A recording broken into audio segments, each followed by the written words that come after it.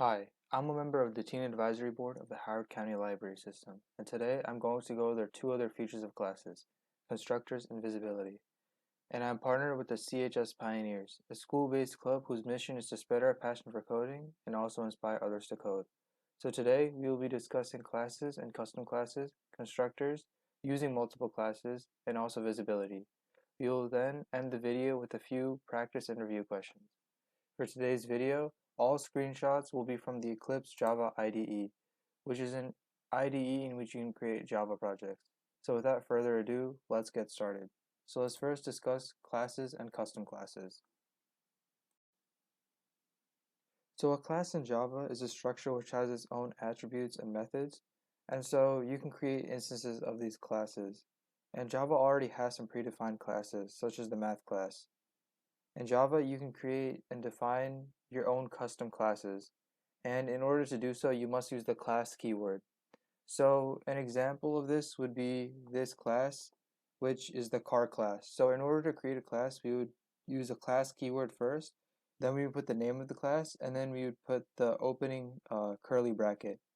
And then we would put the body of the class inside, and then we would end it off with a closing curly bracket. And so everything in between those curly brackets is in the class. And so you usually only have one Java class per Java file, and the Java file must be named with the name of the class. So for example, this class, the car class, the file that it would be in would be named car.java. And so classes have constructors. And so constructors are special methods which are called when the instance of the class is initialized. And so all this means is that this special method is called when the instance of the class is created. And so these special methods can have parameters, but they cannot return a value.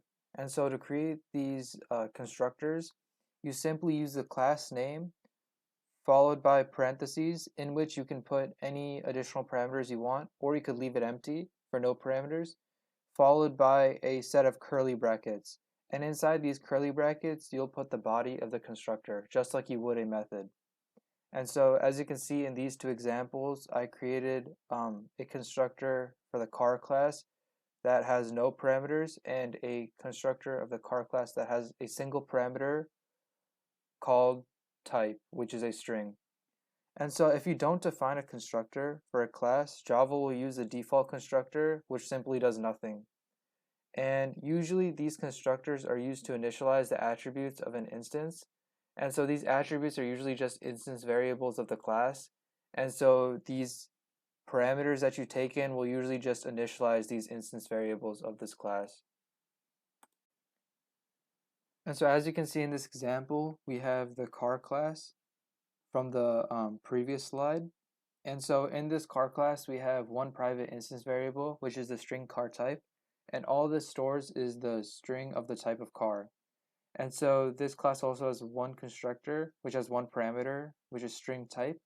And so when this constructor is called, which is when the instance of the class is created, it sets the type of car, so the car type string, to the type string of the parameter.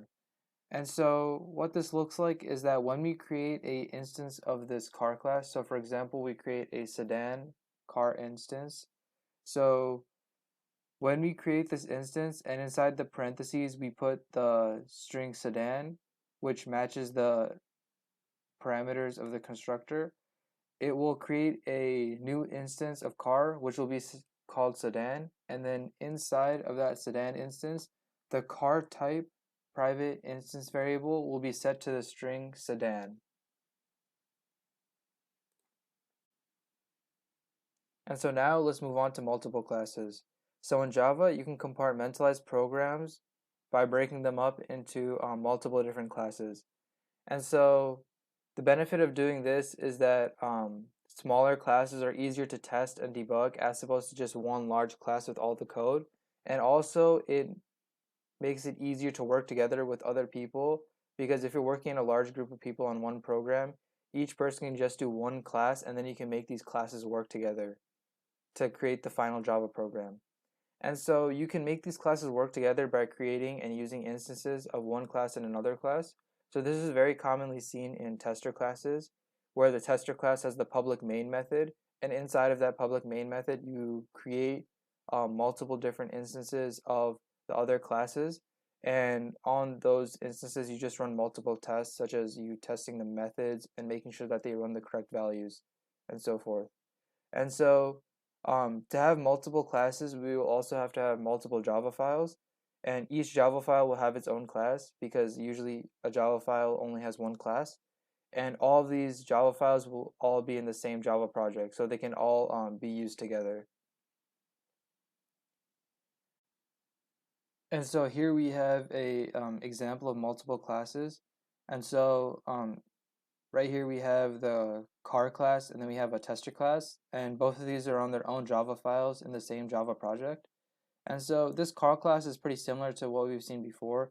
It has its own private instance variable, car type, and it has its own constructor.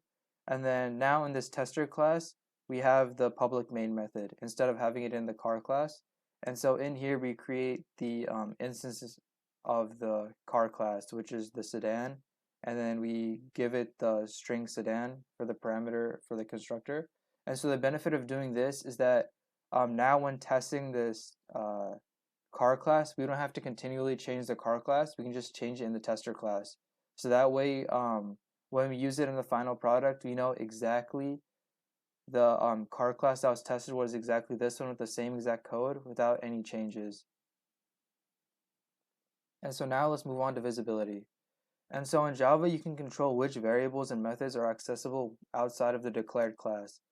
And so there are two keywords that are used with visibility, and the keyword public indicates that the variable or method is accessible from outside of the class, and the keyword private indicates that the variable and method is only accessible within the declared class.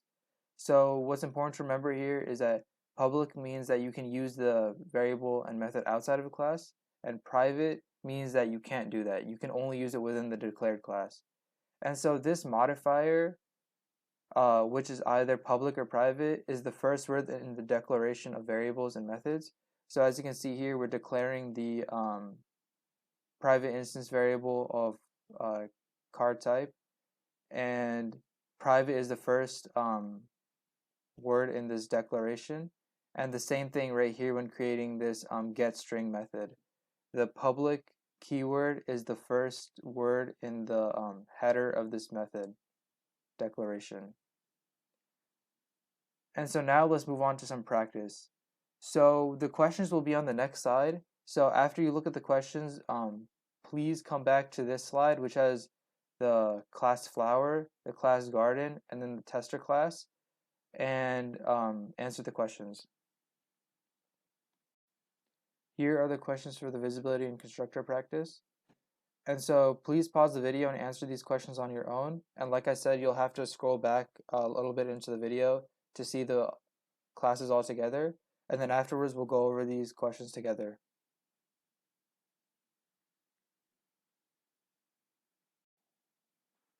And now let's go over the answers for these practice and review questions.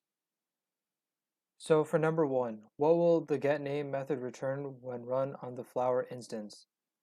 Well, the answer for this question is the string tulip.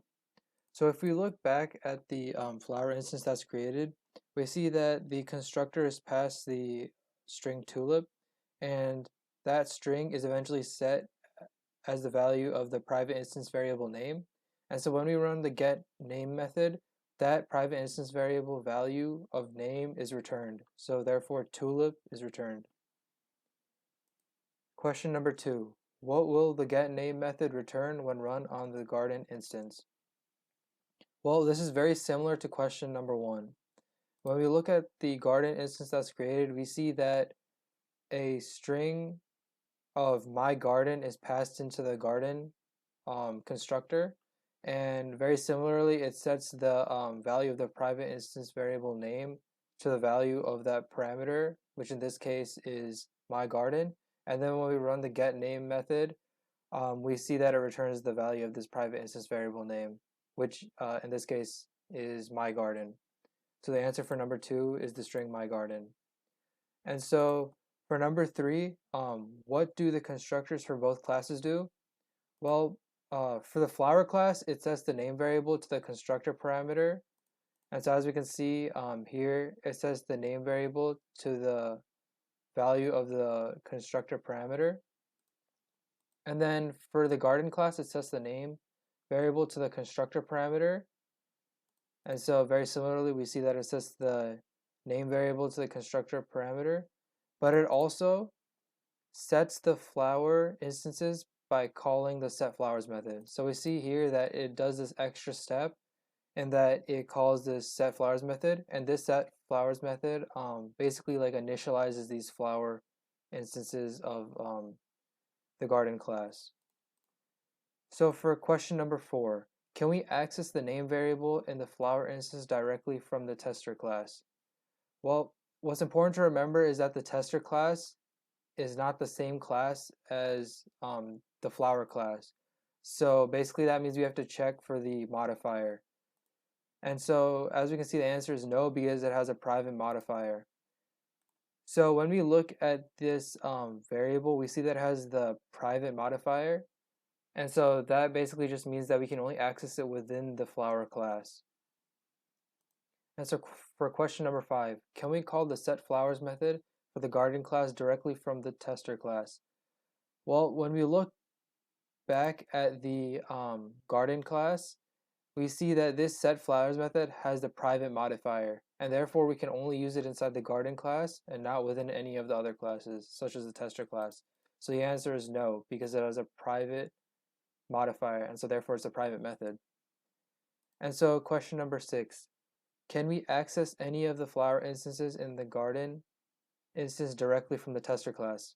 Well, this is another question where we have to look at the modifier of these instances. So when we look at the modifier for both these instances, we see that they're both private. And so what this means is that we can only access them within the garden class. We cannot directly access them from any of the other classes, such as the tester class. So as we can see, no, they're not accessible in the tester class because they're all private variables of the class. And the final question, where can the getName methods for the flower and garden classes be called? Well, for this one, we have to look at the modifiers for the getName methods for both of these classes. And when we look, we see that the modifier for both of these classes, for both of the methods in both of these classes is public. So that means we can not only access it within the classes themselves, but we can also access them outside of their classes in like the same Java project. So that means we can like call the getName method on this flower instance in this tester class. We don't have to do it inside of the actual class itself. We can do it outside of a class.